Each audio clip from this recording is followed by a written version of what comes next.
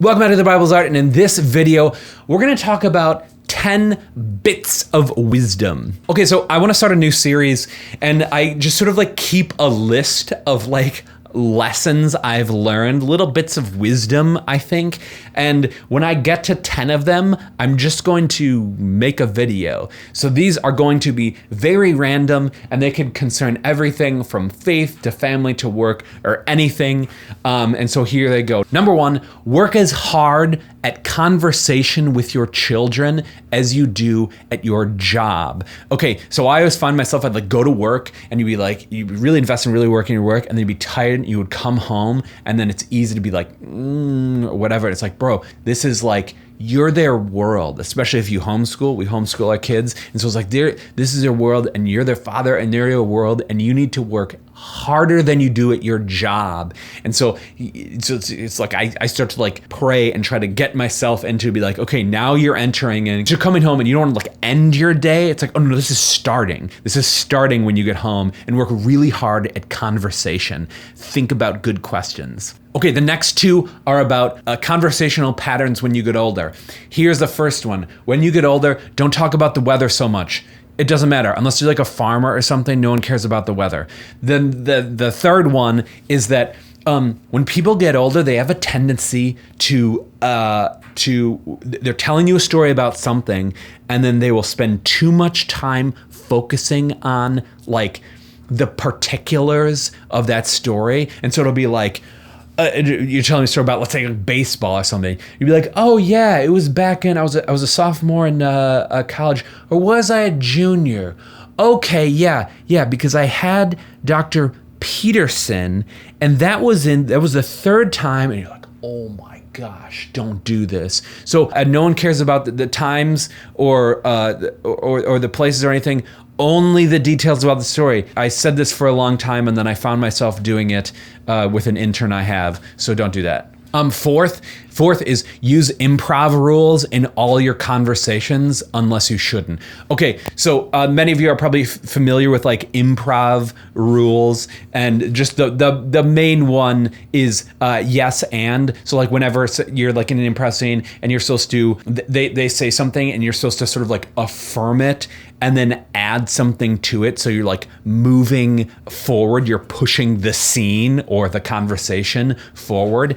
And this is sort of a realization because my wife and I were spending time with people, this was years ago, and you came away, and you probably all had this experience before, and you felt really drained. And you're gosh, why do I feel so drained after this conversation? And we realized it was a couple things. One is if you're very negative, and so it's just a constant blocking. The other thing is that there's no, because normally you have the yes and so there's progression. So one thing is building on another, and so there wasn't any forward movement, and so it's just it's one person said a statement, and then the other person said another statement, but it wasn't moving in a linear way.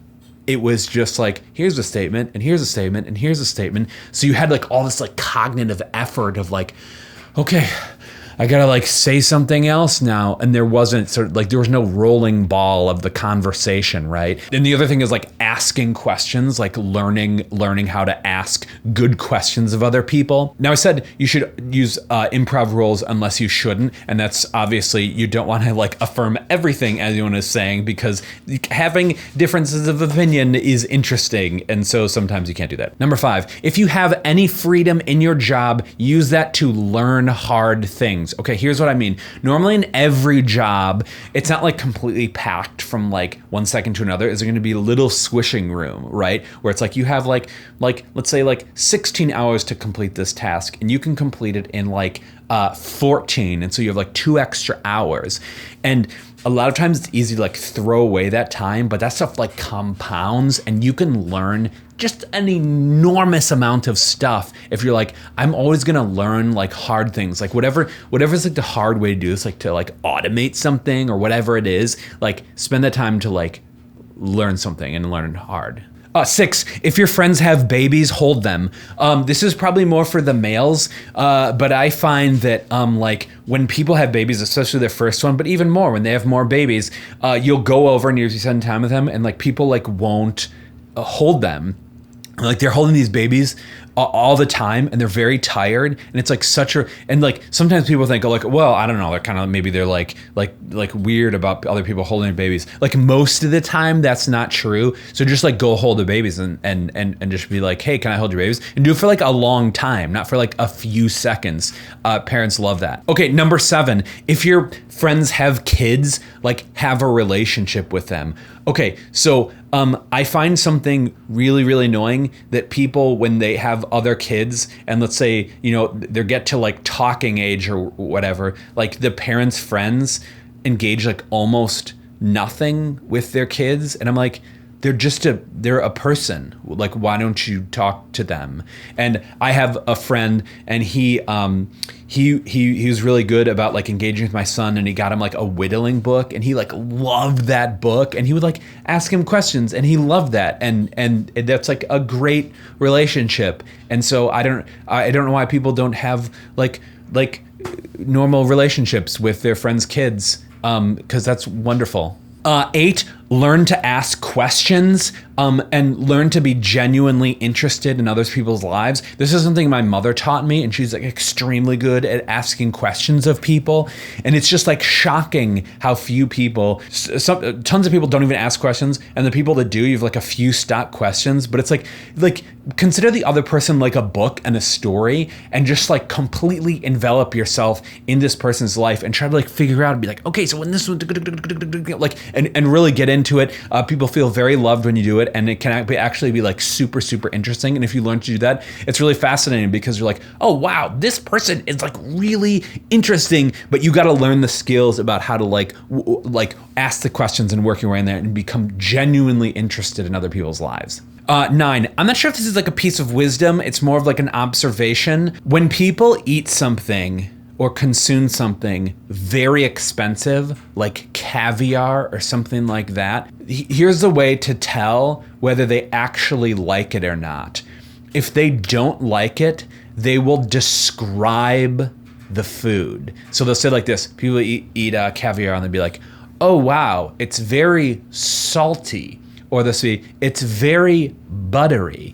But that's not how people react when they eat something that's really good. Like you have like a chocolate chip cookie from like Mrs. Fields, like an amazing piece of pizza. You either should be like, oh my goodness, this is like the best pizza I've ever had. Be like, oh, this is so good, blah, blah, blah, blah, blah, blah. But no, people are faking it because they don't want to say it because it's super expensive. And so they can't admit that, or like wine.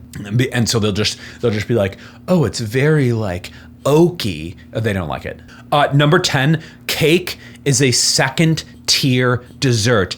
First tier is like the best things, and third tier is the worst things, and cake is second tier.